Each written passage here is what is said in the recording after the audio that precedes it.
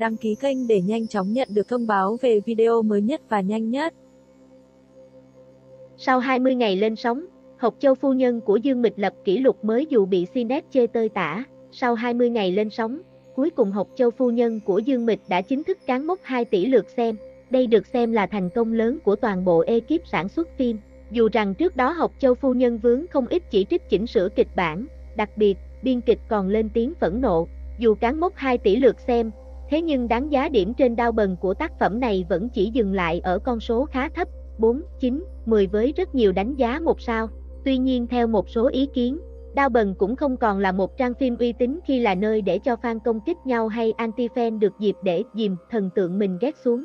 Dương Mịch khi nhận dự án này cũng vấp phải sự tranh cãi lớn, đa phần vì đã lớn tuổi nhưng vẫn nhận vai kiểu dễ thương, nhí nhảnh làm một số khán giả khó quen mắt. Không dừng lại ở đó, trên bộ phim truyền hình Học Châu phu nhân cũng đã cập nhật trạng thái mới, hứa hẹn cho những diễn biến gay cấn về chuyện tình nhiều biến cố của hai nhân vật Phương Chư, do Trần Vĩ Đình thủ vai, và Hải Thị, do Dương Mịch thủ vai. Trên thế gian này lưỡng tình tương là chuyện dễ dàng, nhưng được gần bên nhau sao thật gian khó, chỉ mong quãng đời còn lại cùng gắn bó, tình yêu này mãi không đổi thay. Trước đó, ngay chính biên kịch của phim cũng chia sẻ về việc không còn nhận ra kịch bản do mình chắp bút. Người này bày tỏ bức xúc trước cảnh người lớn của anh rể và em dâu trước bài vị của chị cả. Xin lỗi, có chuyện gì cũng không phải do tôi, chưa từng thấy trong kịch bản cũng chưa từng viết tình tiết kiểu đó. Bên cạnh đó, dường như với màn ảnh Hoa ngữ hiện giờ, xu hướng nâng couple phụ đang khá phổ biến, khi nhiều người xem nhận thấy trong Học Châu phu nhân, nhân vật Đề Lan, Đế Húc được ưu ái rõ rệt, trong khi đó có tập phim nữ chính Dương Mịch chỉ xuất hiện có 4 phút, đất diễn của nam nữ chính bị mất đi, trở thành công cụ cho người khác hay sao ấy. Mấy tập đầu xem ok như thế mà về sau lại tan tành thế này, rốt cuộc là nam nữ phụ tăng đất diễn thêm bao nhiêu thế? Tôi không hiểu phần diễn của nam nữ chính vì sao phải chia cho người khác, cảm nhận từ một khán giả. Trả lời về nhận định này, biên kịch tiếp tục nêu rõ, không biết bắt đầu từ lúc nào, bọn họ đã không phải là nhân vật dưới ngòi bút của tôi và biên kịch Trương Lâm Nam viết ra, hoàn toàn thay đổi, không thể hiểu nổi, mấy người phá hoại những gì chúng tôi đang làm ra. Weibo chính thức của Youku đã lên tiếng về vấn đề tăng view quá đà cho phim Nữ bác sĩ tâm lý. Mới đây, nhiều cư dân mạng đã phát hiện ra điều bất thường xung quanh bộ phim Nữ bác sĩ tâm lý do Dương Tử và Tĩnh Bách Nhiên đóng chính. Theo đó, chỉ trong vòng nửa ngày, bộ phim ghi nhận tăng từ 240 triệu lượt xem lên tới 1,04 tỷ lượt xem trên nền tảng Youku. Như vậy, Nữ bác sĩ tâm lý đã tăng 800 triệu view trong 12 tiếng. Theo hình ảnh được đăng tải, tại thời điểm 10 giờ 39 phút sáng, ngày 29 tháng 11, Nữ bác sĩ tâm lý tạm thu về 240 triệu lượt xem, đến 20 giờ 37 phút cùng ngày, lượt xem tăng lên đến 1,4 tỷ, tức chỉ trong 10 tiếng, bộ phim đã thu hút 800 triệu lượt xem. Đây quả thực là một tin đáng mừng đối với cả đoàn phim và người hâm mộ. Tuy nhiên, sau đó không lâu, hàng loạt cư dân mạng lần lượt lên tiếng chỉ ra một số điểm bất thường, cho rằng Nữ bác sĩ tâm lý đã bỏ tiền ra để mua số liệu ảo. Để dễ so sánh, con số này còn lớn hơn và lượt view kỷ lục của Diên Hy Công Lược với 700 triệu lượt xem trong một ngày. Tuy nhiên vào thời điểm Diên Hy Công Lược phát sóng, bộ phim được coi là đại bạo bởi được người xem, nhà theo dõi. Trong khi đó, Nữ bác sĩ tâm lý lại không thu hút được quá nhiều sự chú ý, độ thảo luận trên mạng xã hội cũng không cao. Việc phim đạt 800 triệu view bị cư dân mạng chỉ trích là thao túng số liệu. Không chỉ vậy, cư dân mạng cũng nhận ra một video ngắn về phim đạt được con số 22 triệu view, cao hơn cả view trung bình cả tập phim. Cụ thể, một cư dân mạng đã lên Weibo phàn nàn cho biết, mình chỉ lên Youku để xem Conan, chưa từng xem qua Nữ bác sĩ tâm lý, nhưng bộ phim này vẫn vô lý hiển thị trong lịch sử xem.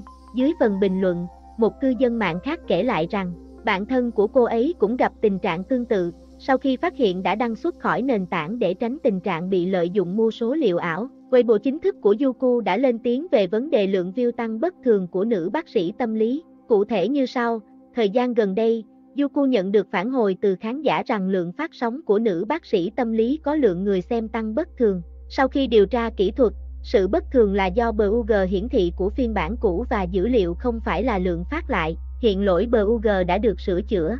Youku hiện chỉ hiển thị giá trị dữ liệu chính thức. Hy vọng bạn sẽ tiếp tục quan tâm tới nội dung của Nữ bác sĩ tâm lý. Trên trang đánh giá Đao Bần, phim nhận được nhiều lời khen, song dễ thấy các lời khen này lại giống hệt nhau, gần như được copy và paste lại. Đây được cho là nhà sản xuất phim cố tình thuê người bình luận, giúp phim được đánh giá tích cực hơn. Nữ bác sĩ tâm lý là bộ phim đánh dấu sự trở lại sau 2 năm vắng bóng màn ảnh nhỏ của Dương Tử. Thế nhưng nữ diễn viên lại gây thất vọng bởi diễn xuất không ấn tượng, nhân vật bị thay đổi nhiều so với nguyên tác. Con người thật của Vương Nhất Bác sau vẻ lạnh lùng, bộ phim Phong khởi Lạc Dương của Vương Nhất Bác đóng cùng Hoàng Hiên và Tống Thiến vừa được ấn định lịch lên sóng. Những câu chuyện hậu trường của các diễn viên trong quá trình quay phim cũng được bộ ba diễn viên hé lộ khi tham gia những buổi quảng bá phim. Theo Sohu, đáng chú ý, phải kể đến một hình ảnh đầy khác lạ của Vương Nhất Bác sau ống kính. Thông thường, khi xuất hiện trước công chúng và trong những hình ảnh thể hiện trên truyền hình, nam diễn viên luôn mang tới một hình ảnh lạnh lùng, nam thần. Tuy nhiên trong một buổi họp báo mới đây, chính bản thân anh cũng bất ngờ khi được xem lại những hình ảnh tấu hài của mình trong hậu trường bộ phim. Vai diễn Bách Lý Hoàng Nghị lạnh lùng, kiệm lời của Vương Nhất Bác trong Phong khởi Lạc Dương. Cụ thể, theo Sohu, hậu trường bộ phim Phong khởi Lạc Dương cho thấy Vương Nhất Bác luôn trong trạng thái tăng động mỗi khi có thời gian. Trên phim, vai diễn của Vương Nhất Bác là Bách Lý Hoàng Nghị, thứ tử của Đông Bộ Thượng thư Bách Lý Diên, là một nhân vật có vẻ bề ngoài rất lạnh lùng và kiệm lời. Thế nhưng ngoài đời sau ống kính, anh hoàn toàn ngược lại. Nam diễn viên được nhận xét giống như một cậu bé mới lớn đầy năng động. Khi đứng nghe chỉ đạo diễn xuất, tay chân của anh không yên mà phải lấy đạo cụ quay tay. Vốn là người thích nhảy, anh hay bị nhảy trong vô thức. Ngay cả khi đứng, sàn gỗ cũng trở thành sân khấu tự nhiên của nam diễn viên khi anh nghịch ngợm, chà chân làm thành vũ điệu lau sàn. Khi quay cảnh gần hồ nước, Vương Nhất Bác cũng chơi ném sỏi xem nổi được bao nhiêu lần trên mặt nước. Trên trường quay, bất cứ thứ gì anh nhìn thấy đều có thể trở thành đồ chơi. Vì đây là phim cổ trang nên đoàn phim có rất nhiều đạo cụ mới lạ, càng khiến nam diễn viên thích thú, từ những chi tiết trên bộ trang phục hay những món đồ bối cảnh. Sau khi xem lại những hình ảnh của Vương Nhất Bác được ghi lại trên phim trường, các diễn viên đều không nhịn được cười. Bản thân nam diễn viên cũng chỉ biết cúi đầu cười ngượng ngùng. Sau Dương Mịch và Dương Tử, sự trở lại của Triệu Lệ Dĩnh có gây ồn ào. Thời gian qua, làng giải trí Hoa ngữ đang siết chặt hoạt động của ngôi sao lưu lượng, những minh tinh sở hữu lượng fan hâm mộ hùng hậu, tạo hiệu ứng lớn và độ phổ biến tới mức dù không phải fan nhưng nhắc tới họ đều biết. Tuy nhiên, Triệu Lệ Dĩnh vẫn nằm trong vùng an toàn nhờ quá trình hoạt động nghề nghiêm túc. Truyền thông Hoa ngữ dành nhiều lời khen ngợi cho nàng tiểu hoa đáng Triệu Lệ Dĩnh khi ngoài là một sao nổi tiếng thì cô luôn biết cách truyền năng lượng tích cực cho mọi người khi tham gia một show truyền hình hoặc phim ảnh. Mới đây, bộ phim trinh thám, tâm lý, tình cảm Ai là sát thủ với sự tham gia diễn xuất của Triệu Lệ Dĩnh, Tiêu Ương, Đổng Tử Kiện đã chính thức được cấp phép phát sóng. Được biết đây là tác phẩm trở lại của nàng tiểu hoa đáng sau thời gian im ắng. Tuy nhiên, điều khác biệt là thay vì chọn một bộ phim cổ trang theo đúng thế mạnh của mình, Triệu Lệ Dĩnh lột xác với phim tâm lý, hiện đại. Đây được xem là nước đi có phần thử thách đối với nữ diễn viên. Triệu Lệ Dĩnh từ trước đến nay vẫn được mệnh danh là nữ hoàng rating của màn ảnh Hoa ngữ. Tuy nhiên, cũng không ít lần phim của cô trở thành bom xịt do diễn xuất xuống tay của nữ diễn viên. Tuy nhiên, theo truyền thông Hoa ngữ, Ai là sát thủ được xây dựng nội dung hấp dẫn, kịch tính nên phần nào khiến khán giả an tâm. Bên cạnh đó, với sự trở lại sau thời gian vắng bóng, nhiều người cho rằng nàng tiểu hoa đáng sẽ lựa chọn kỹ càng kịch bản, không để mình vướng ồn ào như các đồng nghiệp Dương Mịch, Dương Tử. Ngoài ra, vì để tham gia các tác phẩm hiện đại, Triệu Lệ Dĩnh từng từ chối đóng Sở Kiều truyện 2 ít nhất 5 lần. Chính vì thế, đủ thấy cô đặt nhiều tâm huyết cho phim Ai là sát thủ sắp tới. 8 bộ phim sắp được trình làng của Tencent, Lý Dịch Phong có đủ sức, Knockout, Tiêu Chiến, La Vân Hy, càng dần đến những ngày cuối năm, làng phim truyền hình lại càng sôi động hơn bao giờ hết. Trong đại hội chiêu thương vừa qua, Tencent đã chính thức giới thiệu loạt phim sẽ được lên kệ vào cuối năm nay và nửa đầu năm 2022. Dưới đây là những bộ phim đã tổng hợp được. Mộng Hoa Lục, bộ phim đánh dấu sự trở lại màn ảnh nhỏ sau nhiều năm vắng bóng của Lưu Diệc Phi, Trần Hiểu, khiến người hâm mộ vô cùng háo hức ngày phim được ấn định lịch phát sóng. Trong phim, Thần Tiên tỷ tỷ, Lưu Diệc Phi vào vai một người thương nhân, kinh doanh tiệm trà ở Hàng Châu. Vì bị vị hôn phu của mình bỏ rơi, nên nàng quyết định đến Kinh Thành để vạch mặt hắn ta. Trong cuộc hành trình đó, Triệu Phán Nhi của Lưu Diệc Phi đã ra tay cứu giúp được hai cô gái có mảnh đời bất hạnh, đều bị tình yêu ngược đãi. Bộ phim Mộng Hoa Lục dự kiến sẽ được phát sóng trên Tencent vào năm 2021 với 48 tập phim. Kính Song Thành. Kính Song Thành, bộ phim cổ trang của Lưu Lượng thời đầu, Lý Dịch Phong kết hợp cùng nữ diễn viên trẻ Trần Ngọc Kỳ. Nam chính Tô Mô, Lý Dịch Phong, và người em trai là con rối, giống hệt anh, lạnh lùng, vô cùng lãnh đạm với tất cả. Tô Mô có một quá khứ đau thương, một lòng muốn báo thù, tìm kiếm sự tự do. Ngược lại, nữ chính Na Sên, Trần Ngọc Kỳ, là người có tính cách vui vẻ, nhiệt tình. Định mệnh sắp đặt khiến hai con người với hai số phận trái ngược gặp được nhau, cùng viết nên câu chuyện thần thoại đẹp đến rung động lòng người. Theo nhiều nguồn tin, Kính Song Thành sẽ phát sóng vào giữa hoặc cuối tháng 1, 2021. Ngọc Cốt Dao. Ngọc Cốt Dao là bộ phim được chuyển thể từ cuốn tiểu thuyết Chu Nhan của tác giả Thương Nguyệt với dàn cast chính nổi bật, Tiêu Chiến, Nhậm Mẫn. Ngay từ những ngày đầu khai máy đến khi bộ phim đóng máy thành công, luôn thu hút được sự quan tâm của đông đảo người hâm mộ. Câu chuyện tình của quận chúa Chu Nhan, Nhậm Mẫn, và thế tử thời ảnh, Tiêu Chiến, là cuộc hành trình đầy chông gai, trắc trở. Nó không đơn giản chỉ là tình yêu bình thường giống như bao người, mà còn chứa đựng trong đó vận mệnh của hàng trăm, hàng nghìn con dân bên dưới. Cuối cùng sau bao vất vả mới có thể kết thành quả ngọt. Định luật 80-20 của tình yêu, màn kết hợp thú vị của nam thần mới nổi Hứa Khải và đàn chị Dương Mịch.